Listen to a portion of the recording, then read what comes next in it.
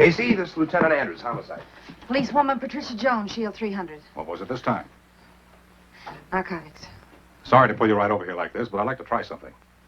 We've got a murdered seaman named Wolonsky. Strangulation. Jones, pick this table up for me, will you please?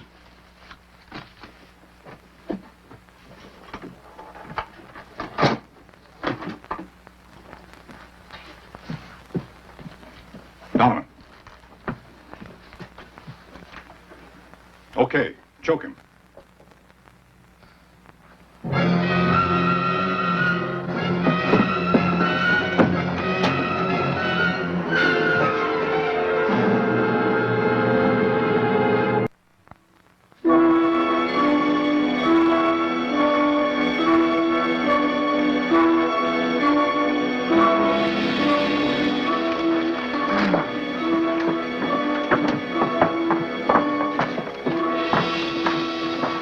Casey? Hi, how's your neck? It's bloody, but unbarred. Lieutenant Andrews wants to see you again. Right away? Is this an assignment? That's right, homicide. Heard about the murder? Yeah, we found the murdered man who reported some jewelry stolen a few days before he was strangled. This morning they picked up a girl who was trying to pawn his watch. Turned out she lived right across the hall from the guy. Come on, before I get hoarse, huh? Take a good look at this kid. She's in the line of room now. All right, Molly, let's take it again. You say the watch you tried to pawn was given to you by the man who was killed. To pawn for him. Because he didn't have time to do it himself. He was a merchant seaman. He had to be down at the Union Hall all the time. This is the girl. But when you tried to pawn the watch, you knew he was already dead. I thought he might have had a family or something. But you said before he told you he was all alone in the world. I wanted to buy some flowers so I could put them on his grave, so show at least somebody cared. Then why did you tell me the other? I thought if I pretended that he had a family, it would be like he had one. Then he wouldn't be all alone out there in the cemetery. Now listen to this carefully. Molly, let's get back to your boyfriends. Do you have many? Sure, lots of them. But you have a special boyfriend, haven't you? George? Yes. What'd you say his last name was? Don't you know his last name? Molly, you didn't have anything to do with killing Mr. Lonsky, did you? No. Did George? No, why should he? For the watch, the stick pin, the ring. There wasn't any ring. You're smart. You're really very smart. All right, Molly, you might as well tell us now. Where did you really get the watch? George gave it to me. Where'd George get it? He won it in a card game with Mr. Lonsky.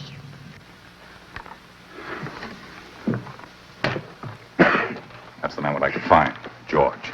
She's obviously protecting him. It'll be your job to get close to her. Let her lead us to George. When she does, you'll be right across the hall. Right in Lonsky's room. Well, with the apartment situation the way it is, a room's a room.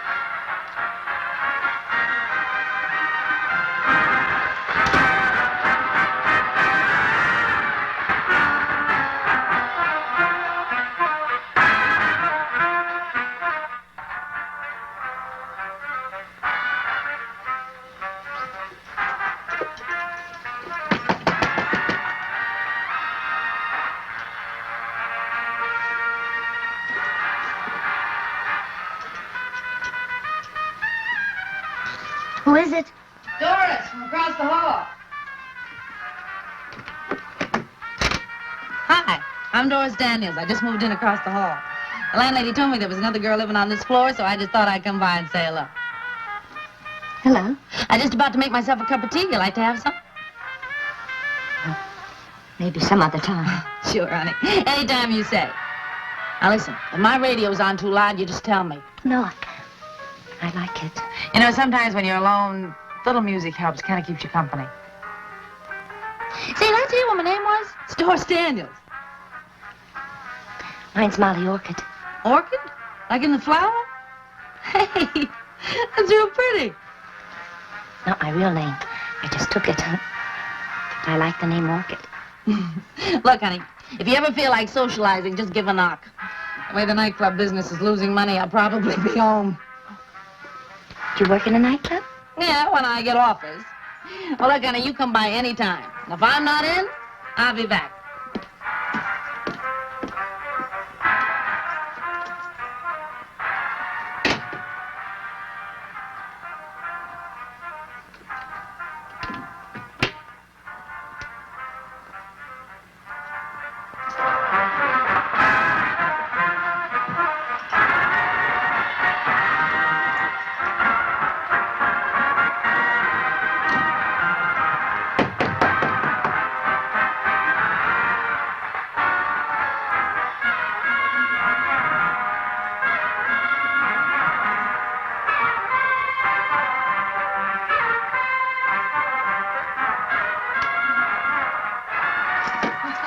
Hi, come on in. Would I still have that cup of tea? Sure, one tea bag still makes 2 cups of tea. Come on in.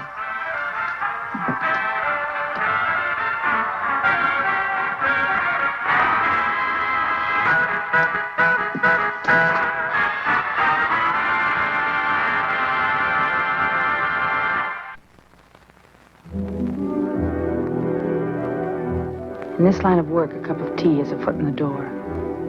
A walk near the UN building opened that door a little wider. But still, it was mostly walk, very little talk, nothing new about George. Then I bumped into her the next day. She seemed glad to see me. Asked whether I'd like to listen to some records with her. Said she and George were mad about jazz. He taught her all about it. Maybe George is a musician. She's very friendly now. See her practically every day. I asked her point blank what George does for a living. Looked right through me and said George was about the most handsome fellow who ever lived. But as long as I keep seeing her. I had a date to meet her at the Automat for lunch. I might have meant nothing. A masher, a fast proposition, an even faster brush.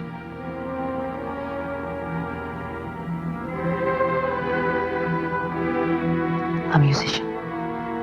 Suddenly the pieces fell into place. Of course, a musician. A man who works with his hands, his fingers.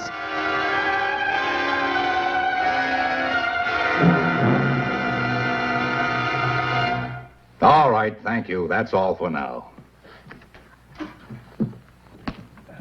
Sorry to keep you waiting. How do we stand? We must have checked every guy in New York who carries an accordion case and fiddle and guitar. What'd they tell you down at the union? They're no help. There are over 30,000 musicians in the New York local alone. As for the name George, it's a mess of them. Might take months to check them all. And there's always the possibility he isn't a member of the local anyway. Molly says he works out of town a lot. Now, we've got to move, and fast. He's here somewhere. We've got to nail him before he decides to move on. Casey, I want you to dig at her now, and hard. She's got the key. Make her use it.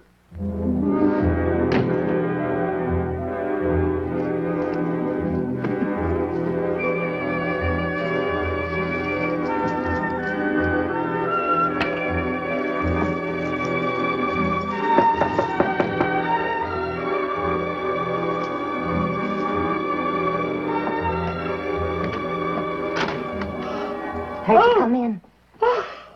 You sleeping? Oh, excuse me. No, come on in. Did you have a nice time? Fair. Did you go dancing? Oh, we danced up a storm. Did he try to kiss you or anything? I can handle him. Fellas are always trying to get fresh with me. All except George. He treats me like a real high-class lady. He's always asking me if I'm comfortable, how I feel, or if I want this or that. In the meantime, you sit home and he's traveling all over the country. Oh, well, he's got business. Yeah, but what kind? You say he never told you anything. For all you know, it could be monkey business. Oh, no. Honey, I've met the kind before. Believe you me. Well, George isn't that kind. Okay. Oh, what kind is he? How long's he been gone now? You haven't even showed me a postal card that he sent you.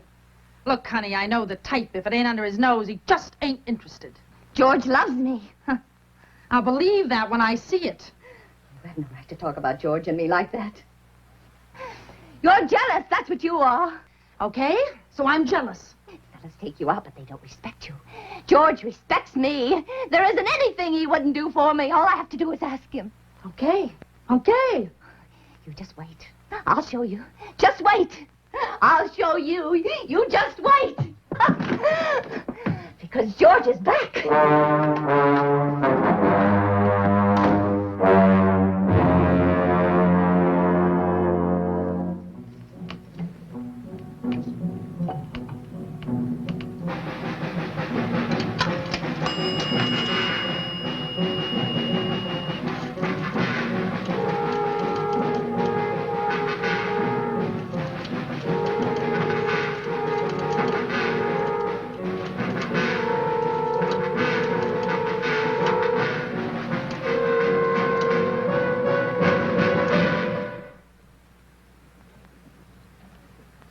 Andy, about that nightclub audition, she flipped over the act. She ran yelling out of the room saying she'd get a hold of the big boss. Did she say where he is? No, but she promised to get in touch with him. From the way she acted, that figures very, very soon. Tonight? I don't know, but I wouldn't be at all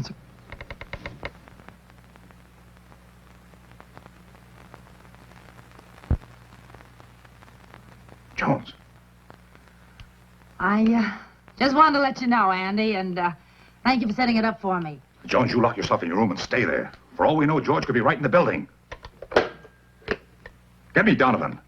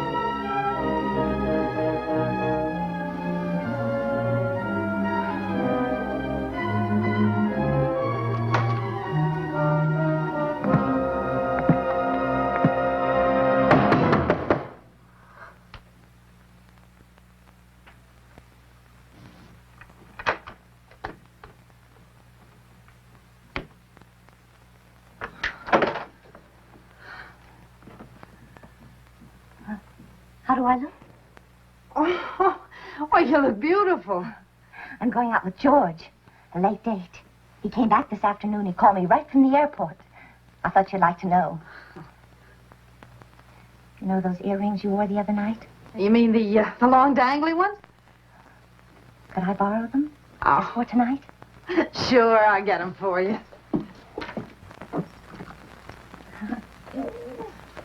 Oh, they're just beautiful. Perfect. When's George going to pick you up? Oh, I'm going to meet him. And then we're going to our own little special hideaway. Or we might go riding in his new car. Well, I've got to be going. I don't want to be late. And thanks for the earrings. Molly. Huh? Be careful. What about? I'm going out with George.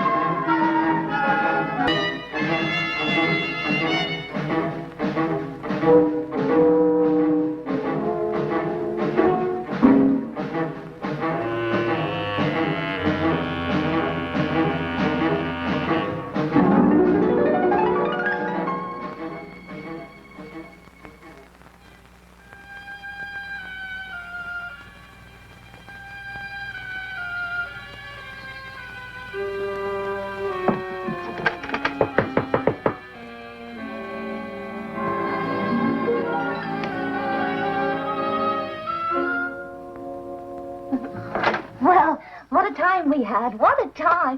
We just danced and danced. And then we went to a wonderful Chinese restaurant. We had chop suey. Well, didn't George bring you home? Oh, he had to go someplace. You know him. Can I come in? Sure. Well, we just danced, and then we had chop suey, and then we went to another place, and we danced some more, and... Who could that be calling at this hour? Oh, it's my agent. He said he'd probably call back. So late? Hello? Yeah, speaking. Is she back there now? She is. Well, we followed her, and she didn't meet anyone at all tonight. Not anyone. All she did was go to a movie. Alone. Hello, Casey? Yeah. Is she right there with you? Well, I don't know. Yeah. I'll be there first thing in the morning, and I'll bring my music.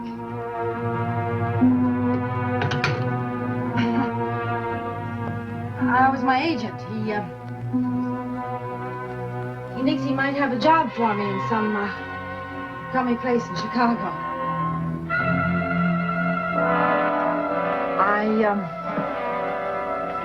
I have to audition the first thing in the morning. Hope you get it. Yeah. Is that why you're packing? Packing? Oh. Yeah. Molly, didn't you tell me that George phoned you from the airport this afternoon? Yes, he did. The second he got off the plane. But you saw him at the automat, didn't you? Why did you pretend that you didn't know him? You mean the fellow... That skinny little runt, you thought that was George? He was carrying a musical instrument case. Why don't you move this? He's a musician, for heaven's sake. He used to work in a movie house where they had vaudeville. My goodness, that skinny little runt. You thought that was George.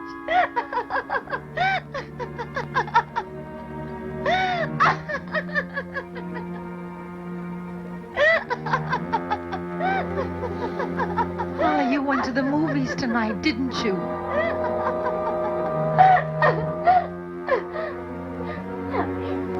Later on, You went there alone. No, you didn't let me finish. After we danced... Not with George, all by yourself. You went to the movies. No. No, you're wrong. That's how you always intended to spend the evening, not with George at all.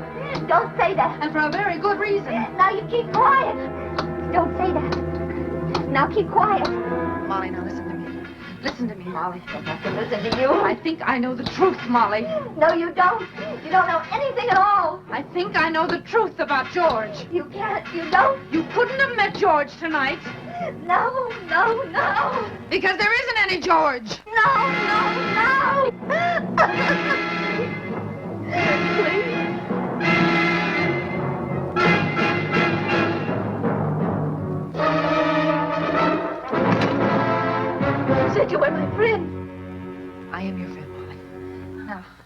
listen to me. Are you a cop? You came here to hurt me. I wouldn't hurt you, Molly. To put me in jail because of Mr. Lonsky. What about Lonsky? He tried to hurt me, too. Is that why you killed him?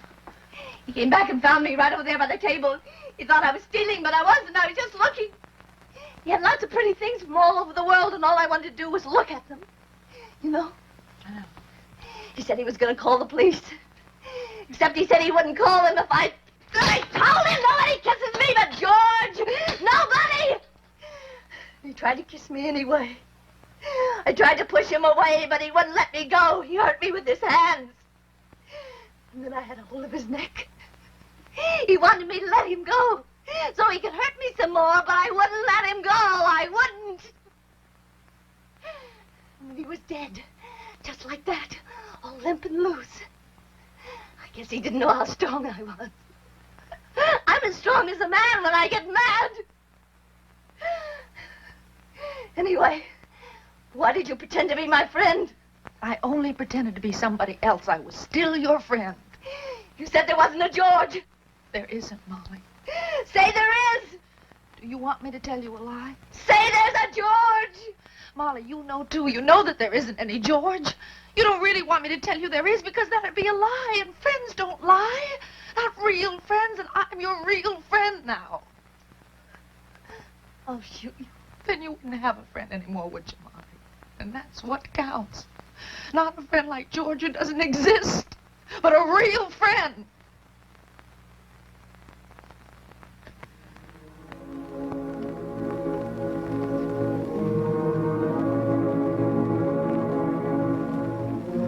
May I have my gun?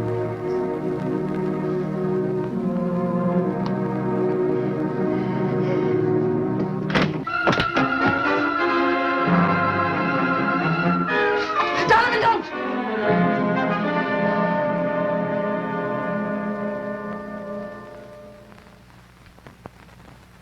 See, I wouldn't let anyone hurt you.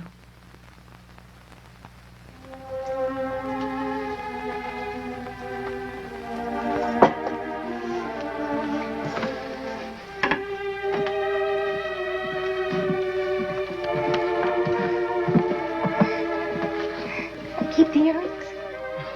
As long as you like. Never had any dangly earrings before.